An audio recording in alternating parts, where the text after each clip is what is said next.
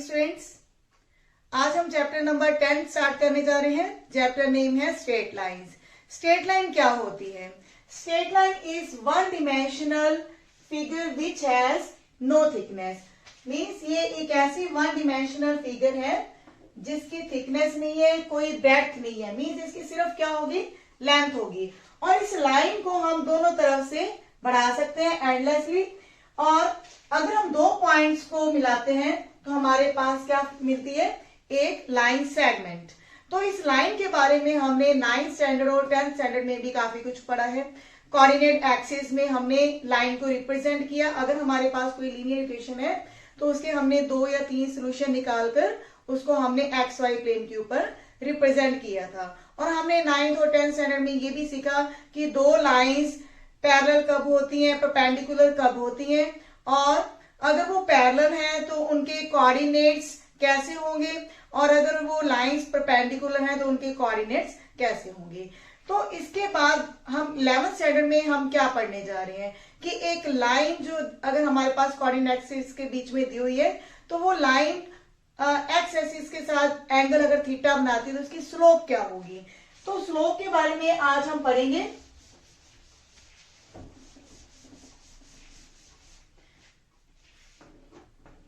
What is the slope of a line? ये हमारे पास x axis है, ये हमारे पास वाई एक्सिस है। तो एक्स एक्सिस और वाई एक्सिस के बीच में अगर हमारे पास कोई लाइन इस तरह से दे रखी है जो एक्स एक्सिस के साथ एंटी क्लॉकवाइज डायरेक्शन में एंगल थीटा बना रही है, तो उस लाइन की जो स्लोप है वो किसकी इक्वल होगी? That will be equal to tangent theta. And normally हम इसको एम के साथ भी डिनोट करते हैं। तो यानी कि अगर कोई लाइन जो एंगल थीटा बना रही है एक्स एक्सिस के साथ इन द पॉजिटिव डायरेक्शन, तो उस लाइन की स्लोप किसके इक्वल होगी? That will be equal to tangent theta. और नॉर्मली हम उस स्लोप को किसके इक्वल लिखते हैं? Equal to M. अब अगर हमारे पास ये एंगल थीटा ना दिया हो और हमारे पास दो पॉइंट हो x1 y1 और दूसरा पॉइंट है x2 y2, तो उस लाइन की जो स्लोप है वो कैसे फाइंड आउट की जा सकती है। तो यहां मैं क्या कर रही हूं, x1 y1 पॉइंट से हम एक लाइन ड्रॉ करें एक्स एक्सिस के पैरेलल, और सिमिलरली एक लाइन में ड्रॉ कर रही हूं x2 y2 पॉइंट से y एक्सिस के पैरेलल। तो ऑब्वियसली ये एंगल हमारा क्या होगा? 90 डिग्री, क्योंकि ये जो लाइन है y एक्सिस x एक्सिस के ऊपर एंगल क्या बना रही है? 90 का। तो ये हमारे जो को इंटीरियर एंगल्स हैं वो इक्वल होते हैं, और यहाँ पे ये दो लाइंस पैरेलल हैं तो ये हमारे कॉरस्पॉन्डिंग एंगल्स विल भी इक्वल होंगे। तो इस तरह से ये हमारे पास जो ABC ट्रायंगल है ये हमारे पास एक राइट एंगल ट्रायंगल है जिसमें एंगल C हमारे पास क्या है? 90। और टेंजेंट थीटा का हमारे पास फॉर्मूला क्या होता है? Perpendicular upon base. तो यहाँ पे हमारे पास परपेंडिकुलर क्या है? BC, और बेस हमारे पास है AC। Now what is the BC length? तो y एक्सिस के ऊपर अगर हम कोऑर्डिनेट्स देखते हैं तो ये हमारा y2 कोऑर्डिनेट और यहाँ पे y1, तो ये लेंथ हमारे पास क्या होगी? y2 minus y1। तो यहाँ पे हम कह सकते हैं कि m स्लोप हमारे पास क्या होगी? y2 minus y1 divide bye now AC length के लिए हमने नीचे एक्स एक्सिस के ऊपर देखना है, ये लेंथ AC की इक्वल होगी, तो ये लेंथ किसकी इक्वल होगी? x2 minus x1। तो इस तरह से ये हमारे पास 2 पॉइंट फॉर्मूला बन जाता है स्लोप को फाइंड आउट करने के लिए। मीन्स हमारे पास दो फॉर्मूले हैं। अगर तो ये लाइन एंगल थीटा बनाती है एक्स एक्सिस के साथ तो हम यूज करते हैं टेंजेंट थीटा फॉर्मूला। अगर हमारे पास एंगल नहीं दिया हुआ और दो पॉइंट हमें उस लाइन के पता है तो हम फॉर्मूला लगा सकते हैं y2 minus y1 divide by x2 minus x1। तो हमारे पास ये स्लोप के दो फॉर्मूलाज हैं। तो इसकी कुछ एग्जांपल्स हम कर लेते हैं कि अगर एंगल हमारे पास 45 दिया हो तो किसी लाइन की स्लोप क्या होगी? तो m slope will be equal to using tangent theta formula, तो tan 45 हो जाएगा। तो स्लोप हमारे पास क्या आ जाती है? 1। इसी तरह अगर हमारे पास 2 पॉइंट गिवन है, 3 -2 and another point is -1 4, then what is the slope of a line? तो m slope using 2 point formula, y2 minus y1 divide by x2 minus x1। तो यहाँ पे आप देखेंगे y2 कोऑर्डिनेट हमारे पास क्या है? 4, यहाँ पे y1 कितना है? -2, डिवाइड में है x2 कोऑर्डिनेट -1 और x1 हमारे पास है 3। तो यहाँ पे हमारे पास वैल्यू आएगी 4 + 2 डिवाइड बाय -4, तो ये हमारे पास -3/2, यानी कि ये कैलकुलेशन हमारे पास -3/2 आई है। लेकिन हमें पता है कि अगर हमने स्लोप फाइंड आउट करनी है तो ये हमारा आंसर होगा -3/2।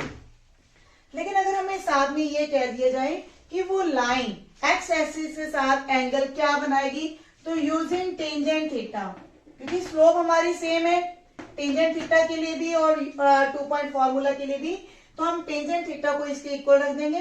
तो थीटा हमारा क्या आ जाएगा? tan inverse -3/2। तो इस तरह से आप एंगल भी फाइंड आउट कर सकते हैं। Now conditions for the parallelism and perpendicularity of lines in the terms of their slopes। तो अब हम डिस्कस करेंगे कि अगर दो लाइंस इक्वल पैरेलल है तो उनकी स्लोप्स में क्या रिलेशन होगा।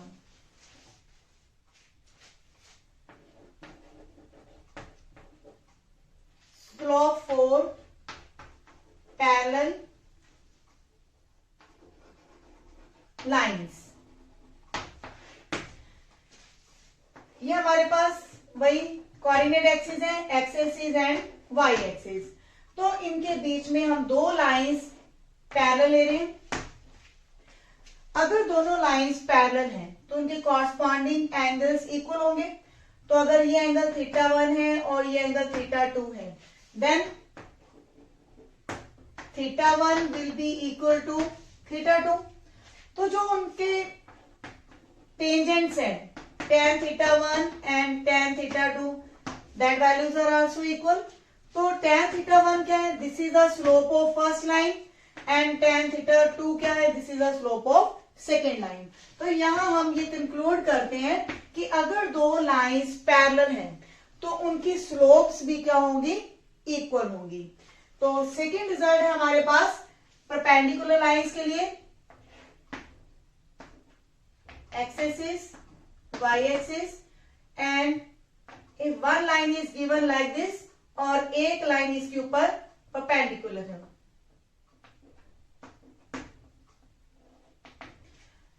तो इन दो लाइंस के बीच में हमें पता है कि ये एंगल 90 डिग्री है और ये एंगल हम अगर थीटा ले रहे हैं और ये एंगल अल्फा, मीन्स दोनों लाइंस में अपने अपने एंगल बनाए हैं। ये लाइन एंगल थीटा बना रही है और सेकेंड लाइन एंगल अल्फा बना रही है।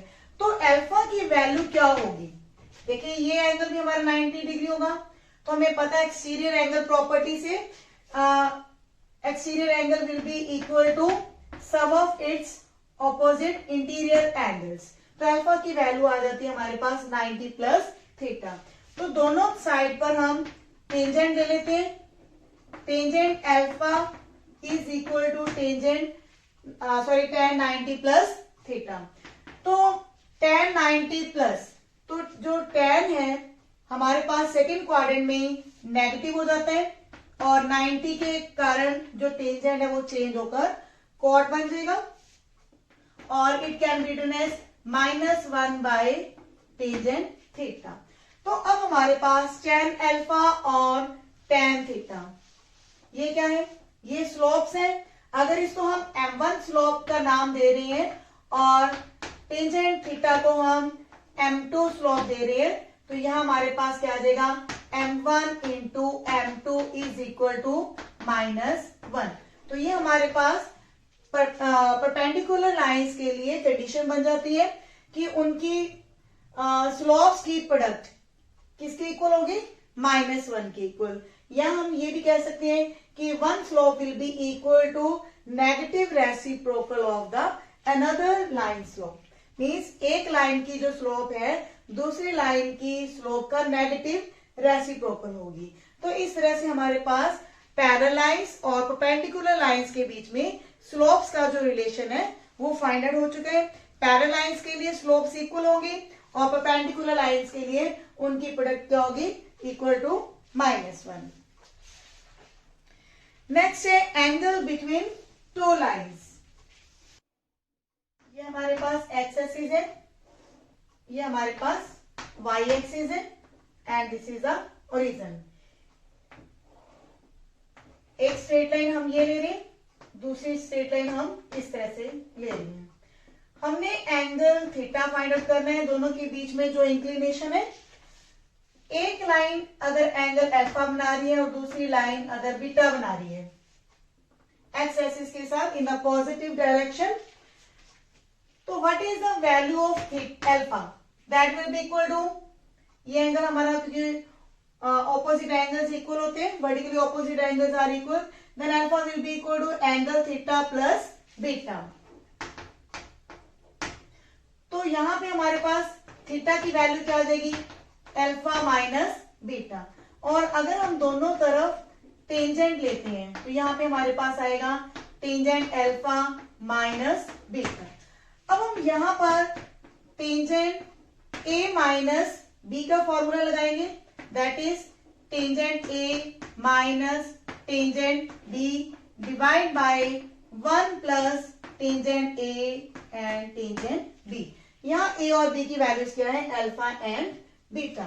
तो यहाँ पे हमें पता है कि जो टेंजेंट अल्फा है this is the slope of second line M2 and tangent beta is the slope of first line divide by 1 plus, similarly यहाँ पे हमारे पास M2 इंटू M1 आ जाएगा।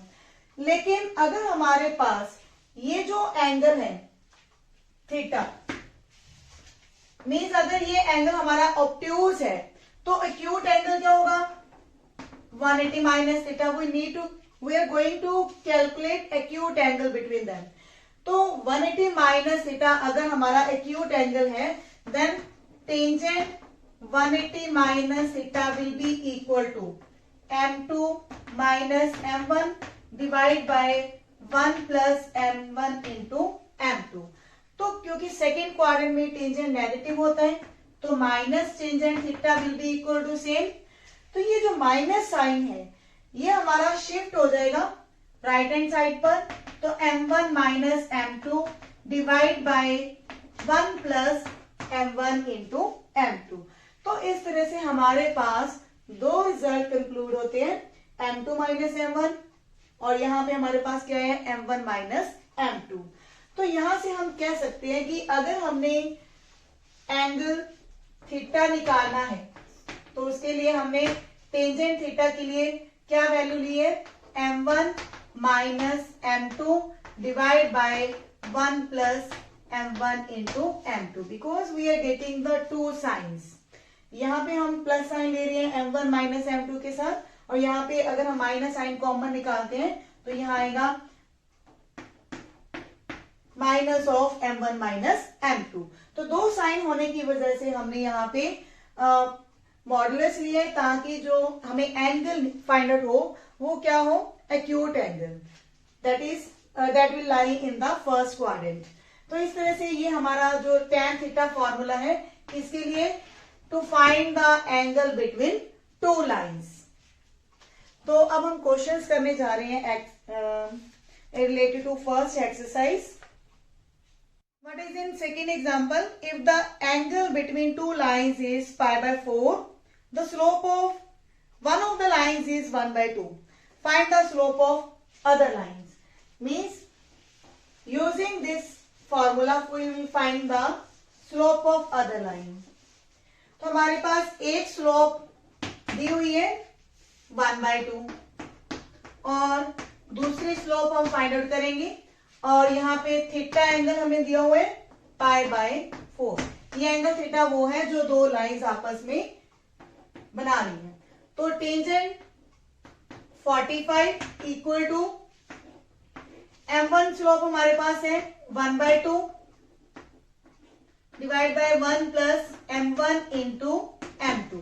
तो यहाँ पे हम एलसीएम ले रहे हैं न्यूमिनेटर और डिनोमिनेटर में।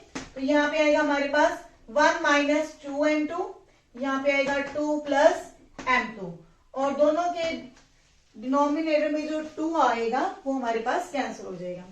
और टेंजेंट 45 की वैल्यू हमें पता है 1 होती है। 1 माइनस 2m2 2 प्लस m2। तो यहां से हमारे पास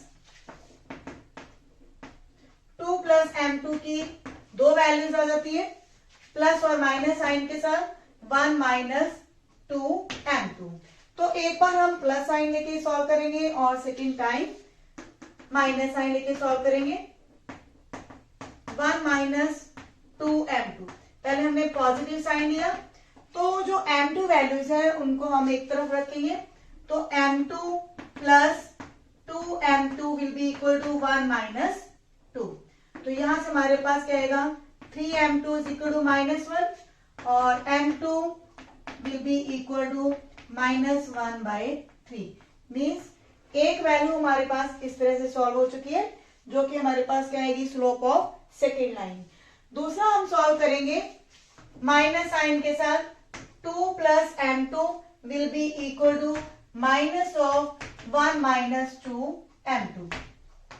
तो यहां से m2 minus 2m2 is equal to -1 minus 2। तो यहां से m2 की वैल्यू क्या आ जाएगी 3। तो इस तरह से हमारे पास दो स्लोप फाइंड आउट हो जाती है किसी लाइन के लिए। Next is line through the points is perpendicular to the line through the points, find the value of x। अब हमारे पास क्या है, दो लाइंस परपेंडिकुलर है। जब दो लाइंस परपेंडिकुलर है तो हमें पता है कि उनकी जो स्लोप्स हैं उनकी प्रोडक्ट क्या होगी equal to -1। m1 into m2 will be equal to -1। तो ये रिलेशन हम यूज करने जा रहे हैं इस एग्जाम्पल में। और साथ ही यहाँ पे हम 2 पॉइंट फॉर्मूला यूज करेंगे because every line has a 2 points which are given -2 6 4 8। तो हमारे पास m1 स्लोप कहां से आएगी using 2 point formula y2 minus y1 divide by x2 minus x1। तो 8 minus 6 divide by 4 minus -2। Now this is equal to 2 divide by 4 plus 2। तो ये value हमारे पास आ जाती है सॉल्व होकर 1/3। तो इसी तरह m2 स्लोप हम फाइंड आउट करेंगे। तो उसके लिए हमारे पास पॉइंट्स गिवन है 8 12 x 24।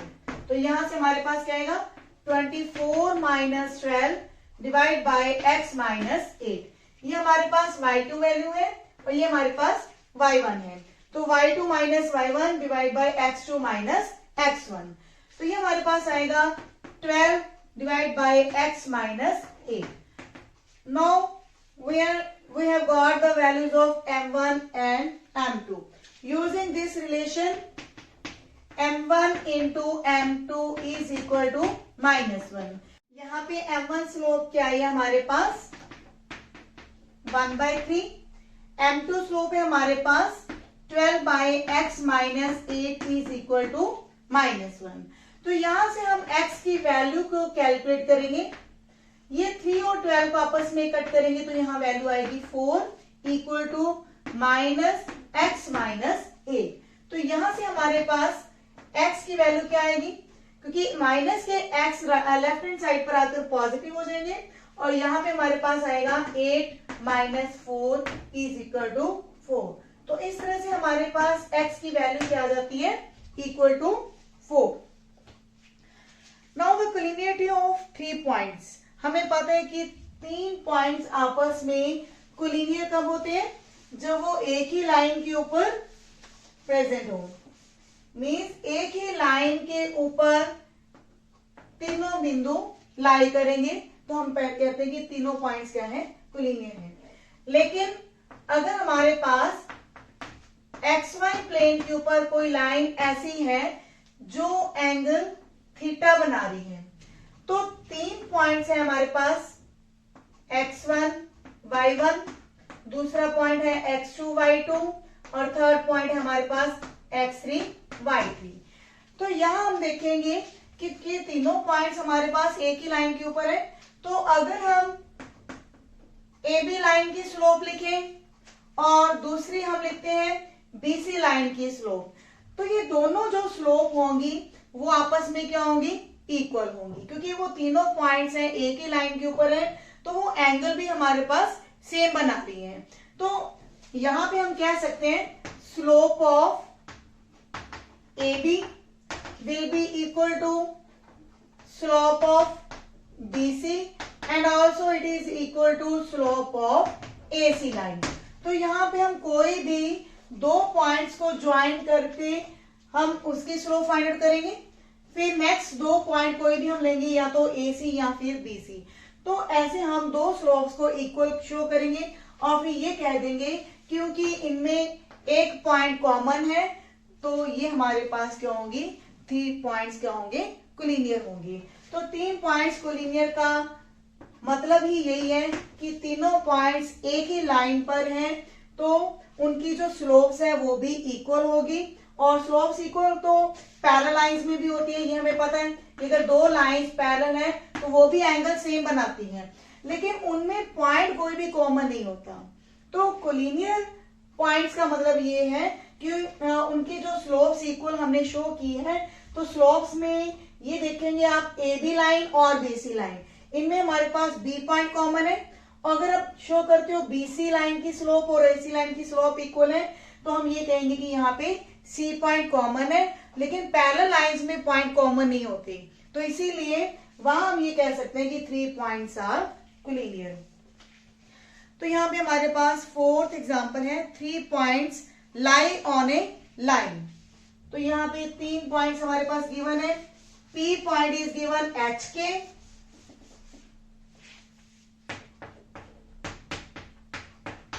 Q point is X1 Y1 and R point is X2 Y2।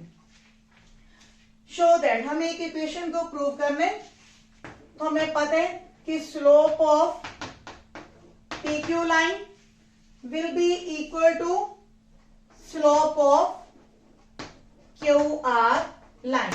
तो यहाँ पे PQ और QR लाइंस की जो स्लोप है वो इक्वल होगी, क्योंकि अगर 3 पॉइंट्स कोलिनियर हैं PQR, एक ही लाइन के ऊपर तीनों बिंदु लाई करते हैं, तो हमारे पास इस लाइन की स्लोप और इस लाइन की स्लोप क्या होगी, इक्वल होगी, because they will make the same inclination with the x axis. तो यहाँ पे slope of PQ using 2 point formula, Y2 minus Y1 divide by X2 minus X1। तो यहाँ पे ये हमारे पास जो Y1 है that is the Y2 value, Y2 minus Y1, Y1 की वैल्यू क्या यहाँ पे K। Same in QR line, Y2 minus Y1 divide by X2 minus X1। तो इस तरह से जब हम वैल्यूज को क्रॉस मल्टीप्लाई करते हैं तो हमारे पास आएगा Y1 minus K into X2 minus X1 that is equal to Y2 minus Y1 into में है X1 माइनस H। लेकिन हमने जो प्रूफ करना है उसमें हमारे पास H माइनस X1 है, तो यहां से हम माइनस साइन कॉमन ले लेंगे, तो यहाँ आएगा H minus X1 into Y2 minus Y1। Same in this side, यहां से हम माइनस साइन कॉमन ले सकते हैं, तो यहां से हमारे पास माइनस साइन कैंसिल हो जाएंगे और बाकी जो हमारे पास रिजल्ट है ये चीज हमने प्रूव करनी थी। तो नेक्स्ट एग्जांपल में भी हमारे पास 3 पॉइंट्स गिवन है and we need to find the law of motion, means we need to calculate the equation of line। तो उसमें हमने स्लो फॉर्मूले से ही करना है। कि अगर हमारे पास 3 पॉइंट्स हैं तो उनकी स्लोप्स इक्वल होंगी। What is given?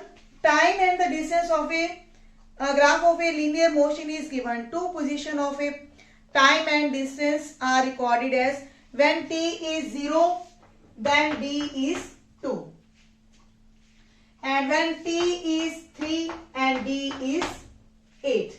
तो ये हमारे पास टाइम और डिस्टेंस एक पॉइंट की तरह हमारे पास डील करें। Using the concept of slope find the law of motion. तो हमने थर्ड पॉइंट अपनी तरफ से ले लिया T एंड D। तो using slope formula, slope of, अगर ये पॉइंट है हमारे पास AB, then slope of AB will be equal to slope of BC। तो AB के लिए हमने स्लोप यूज की है 8 - 2 डिवाइड बाय 3 - 0, और BC लाइन के लिए D - 8 डिवाइड बाय T - 3। तो यहां से हमारे पास एक इक्वेशन बन जाएगी। तो ये हमारे पास आएगा 6/3 equal to D - 8 by T - 3। तो ये हमारे पास वैल्यूज कट होके 2, then 2T - 6 is equal to D - 8। Then we are getting the equation D will be equal to 2T plus -6 plus 8, तो it is 2T plus 2। तो 2 common भी लिया जा सकता है। तो 2 कॉमन लेने के बाद हमारे पास आएगा T plus 1, and this is the required equation for the given statement.